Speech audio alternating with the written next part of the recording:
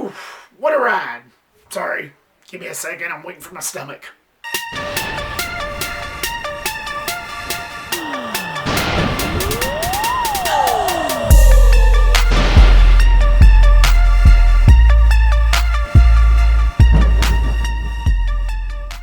What's going on, guys, and welcome to my review of Gran Turismo. Thank you so much, guys, as always, for clicking here. I really do appreciate it. So the film is a biographical sports drama about a young man who was handpicked by a marketing exec to become a professional race car driver. Now, this one was sort of a weird one to me. You know, since it's a game adaptation, yes, it is a game adaptation, but it's an adaptation of true events. And the first one of its kind, if you ask me. It really stood out because of that fact alone. It didn't feel like a ripoff. It didn't feel like how most game adaptations usually does.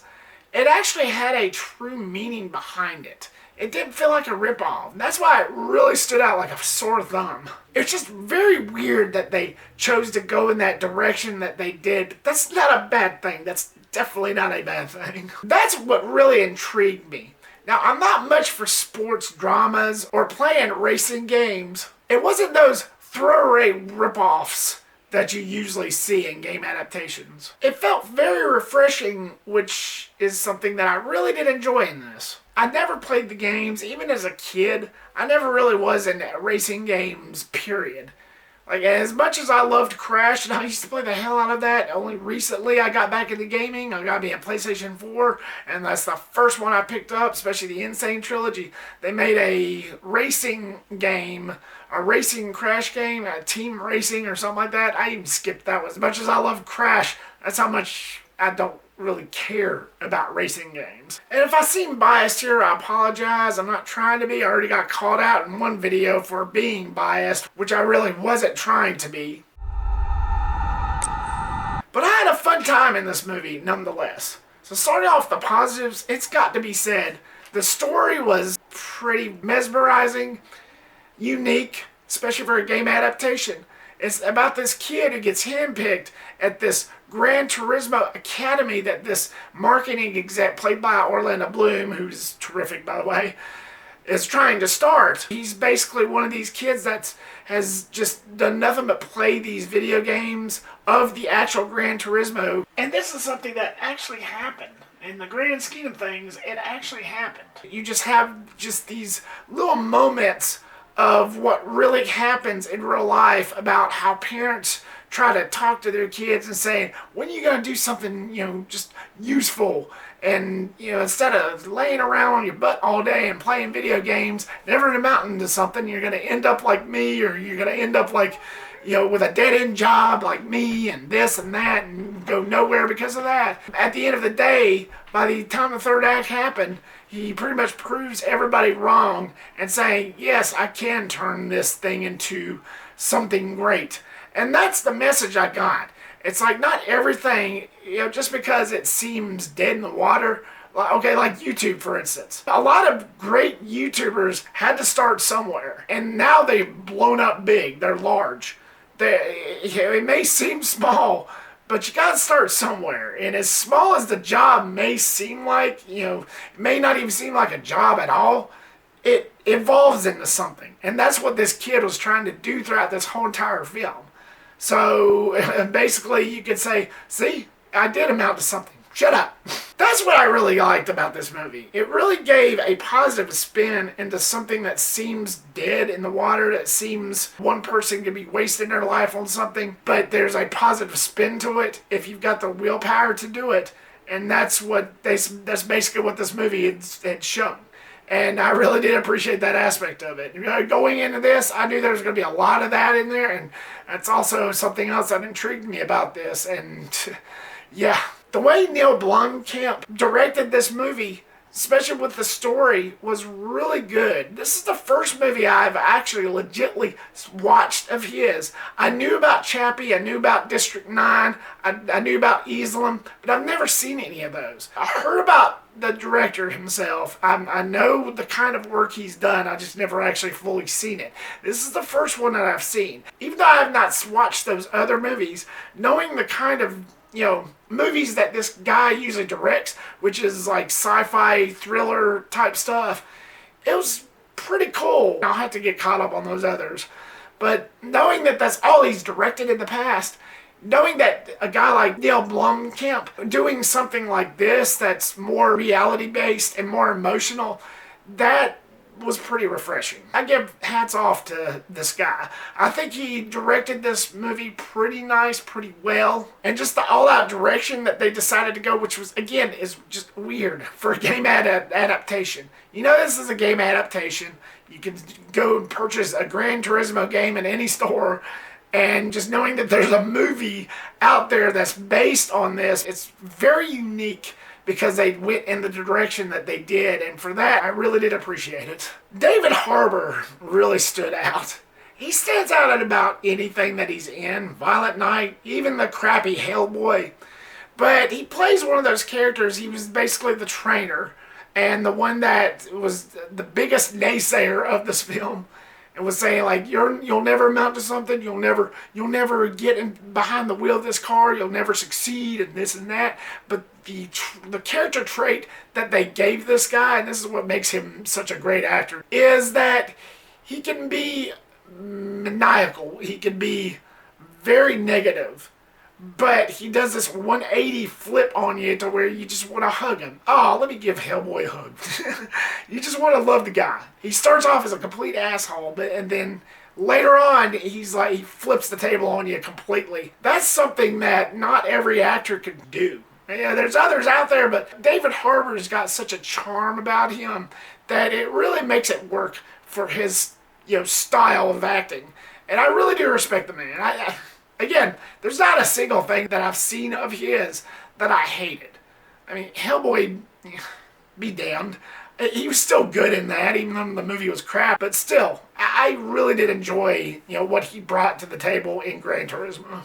I thought the racing sequences was done very well. There's plenty of tense moments to be had. So much so that I went to this thing with my aunt, and she's one of those that likes to flap her arms around and just about scream, not completely, but scream and do like this and like just grab her seat. I was like that too, not completely, but I was like that too, almost to the point where I was doing like this. Come on, dude. You can do it. You can do it. It's just some very, very tense moments that this film definitely did its job. It really, really got you hanging on the edge of your seat. That's how good the racing sequences was done. And speaking of the racing sequences, there's this direction that they made visually, this choice that they made visually to where we have our main character in the driver's seat. Now, at first you see him in the simulation of playing the actual Gran Turismo game, to where he visualizes himself on the racetrack, like in the actual car on the racetrack.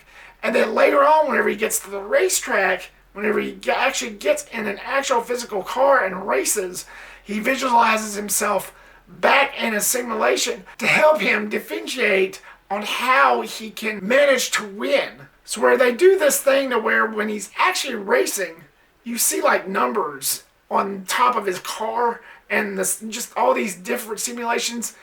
And keep in mind, these were the sequences where he was actually racing. He wasn't playing the game or anything, he was actually racing.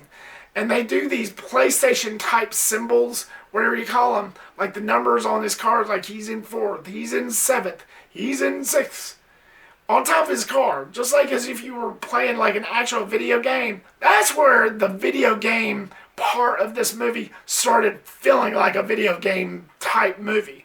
But again, it was covered in so much other things that still made this uniquely different. Plus he had all these simulations on the road where he would look at the red lines and just visualize all this stuff to help him win. And I thought, that was a pretty cool choice creatively for this, and I really do give it props for that. I really did enjoy that aspect of it. Not to mention, I mentioned earlier that this movie has such an emotional impact, especially to the story itself. And with everything that's going on, not just with the characters, but with everything else, there's like certain events that happen that just really took you away from the fact that this is a game adaptation. And the reason why this felt so unique, this stood out so much to me. Whenever it came to those moments, did no film like no game adaptation. That's for sure. I pretty much hold my own on that. But I did feel my eyes tear up a little bit. I was like, really? Did that happen? Yeah, just very emotional, just a complete tearjerker in some aspects and some points of this film. And again, I praise the film for doing that, for, again, doing its job. Moving on to my mixed, I do have to say about our main character played by Archie Madekwe. I'm so sorry, I know I'm butchering that name. There was certain aspects to his character that I did enjoy. There's certain events that happened to where he really shined. He definitely had his moments. But the other half, the negative side of his character, I don't feel like they gave him that much of a personality. It never really balanced out. Now, he's still in the mix because of those emotional moments that he gives. This actor really knew how to shine in those moments. But the other part of this, I just felt like more could have been needed. More could have been expressed instead of just what we got. But again, he wasn't bad. He wasn't bad. He had his moments, but then he didn't have his moments. Never quite just balanced out. And last but not least, moving on to my negatives, and I only have one. This film brings a pretty heavy cliche to it by introducing this character who's nothing but a complete tool bag. He's a complete jerk.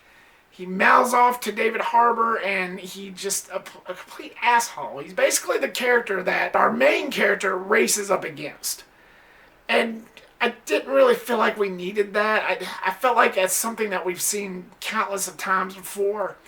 I felt like the movie could have benefited a little bit, just shaved at least about 10, 15 minutes off, which for a 2 hour and 14 minutes movie, it's really not that bad. It's not like it took me out of the movie completely and I just wanted to leave the theater, just be done with it. It didn't make me feel like that. But I felt like because of this whole cliched character thing, I didn't really feel like it was necessary, that it was needed. You're just somebody that's just a complete tool bag that just has to be an asshole for some reason.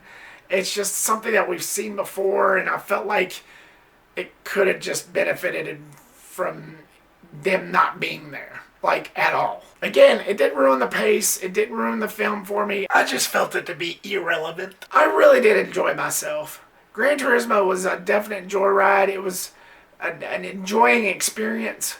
For somebody who does not play racing games or has never played a Gran Turismo game in my life, I genuinely enjoyed this film. I really did enjoy myself. It's a happy accident.